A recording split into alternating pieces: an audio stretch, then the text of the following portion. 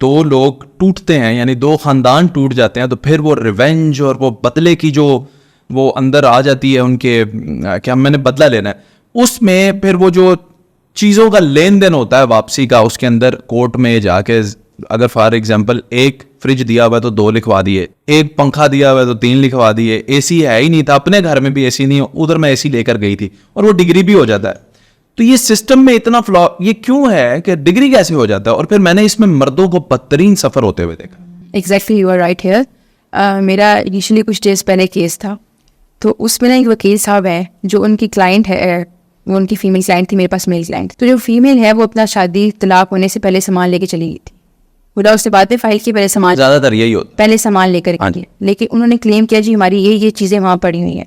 मेरे वो जो फ्रेंड्स थे, मतलब वो वकील, आपको पता आपस में तुम्हारी बात ही होती है। मैंने उनसे एक बार पूछा कि आप जो क्लेम कर रहे हैं, मेरा क्लाइंट बार बार कसम और कुरान उठाता है, मुझे अपने क्लाइंट पे भी डाउट होने लगा, क्योंकि आप लोग इतना डील करते हैं, आपको पता लग ही जाता है ये कि क्या मतलब। वो रोता था कि बाजी वो सामान ले गई है, लेके, मैं कहती थी अगर लेके तो इतनी लिस्ट लगी है, और वो कहते हैं कि हम तुम्हारे कमीशन भेजेंगे चेक करने के लिए, तुम्हारे पास सामान है भाई, तुमने नहीं छुपा दिया। वो कहते नहीं, मैं इसे कुरान पहले ले लें, मेरा सामान वो आ जाएगा, ले गई ये सामान। वो उसका रेंट का घर था जहाँ वो रह रहे थे, इस्लामाबाद में दोनों रह रहे थे। उसके बाद जब उनकी डाइवोर्स हुई तो जो है ना अपने घर में शिफ्ट हो गए, अपने पेरेंट्स के बाद वो अपने पेरेंट्स के पास।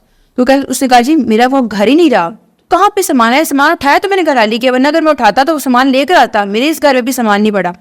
मैंने ऐसे मजाक में कुछ 3-4 महीने गुजरे, अपने फ्रेंड्स जो वकील हैं, कोलीग, मैंने उनसे पूछा कि सर ये बताएं कि क्या वाकई ये सामान अभी इधर ही है?